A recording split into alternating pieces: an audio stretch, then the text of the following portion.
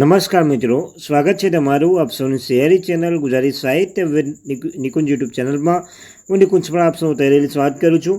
મિત્રો, વાત કરવાના છીએ આખરે સરકારને પેન્શનની માંગ સ્વીકારવી પડી. આ કડી મોટી જાહેરાત. આ બે નવા નિયમો આશરી પેન્શનને પાળો પડશે તેના વિશે મિત્રો આપણે ચર્ચા કરીશું.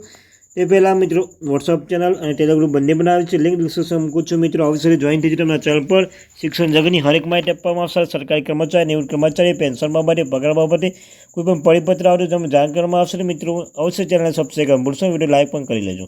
તો ચાલો જ્યારે મિત્રો વધારે સમય ન બગાડ વિડીયો શરૂઆત કરીએ છીએ. તો મિત્રો, સરકારી કર્મચારીઓ અને પેન્શનને લાગુ પડતા લાભો સુધારવા માટે સરકારે ઘણા પગલાં લીધા છે. આપણે તેના વિશે જાગૃત રહેવું જોઈએ. અને કર્મચારી જાહેર ફરિયાદ કે કાયદો કે ન્યાયની પર શ્રી સ્થાયી સમિતિ અધ્યક્ષ શ્રી સુશીલકુમાર મોદી અને 10 ડિસેમ્બરે 2021ના રોજ પેન્શનોની ફરિયાદ, પેન્શન અદાલતની અસર અને કેન્દ્રીય પેન્શનની ફરિયાદ નિવારણ દેખરેખ સિસ્ટમ પર તેનો અહેવાલ રજૂ કર્યો છે.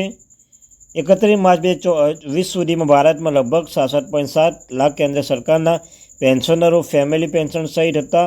અત્યાર સુધીમાં આંકડા વધીને 72 લાખથી વધુ થઈ ગયો છે. સમિતિના મુખ્ય અવલોકનને અને ભલામણ નિશ્ચિત તબીબી ભથ્થાનો સમાવેશ થાય છે. તબીબી સુવિધામાં સમિતિ નોંધ્યું છે કે કેન્દ્ર સરકારની આરોગ્ય યોજના CGHS માત્ર અમુક રાજ્યોની રાજધાનીઓ માટે શહેરો કેન્દ્રો સુધી મર્યાદિત છે. CGHS વિસ્તારની બહાર રહેતા પેન્શનો રોજબેરોજના તબીબી ખર્ચાને પહોંચી વળવા માટે દર મહિને 1000થી નિશ્ચિત તબીબી ભથ્થું આપવામાં આવશે.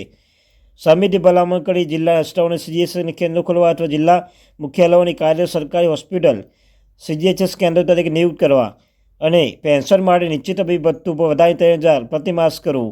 આ બાબતે હવે મંજૂરી માટે પેન્ડિંગ છે. DOP અને PW દ્વારા શરૂ કરાયેલ નાણાં મંત્રાલય અમે આ વર્ષના અંત સુધીમાં પરિણામ જાણી શકીએ છીએ. તો આ લેટેસ્ટ અપડેટ મળીશું નવા એક વિડીયો સાથે. આભાર.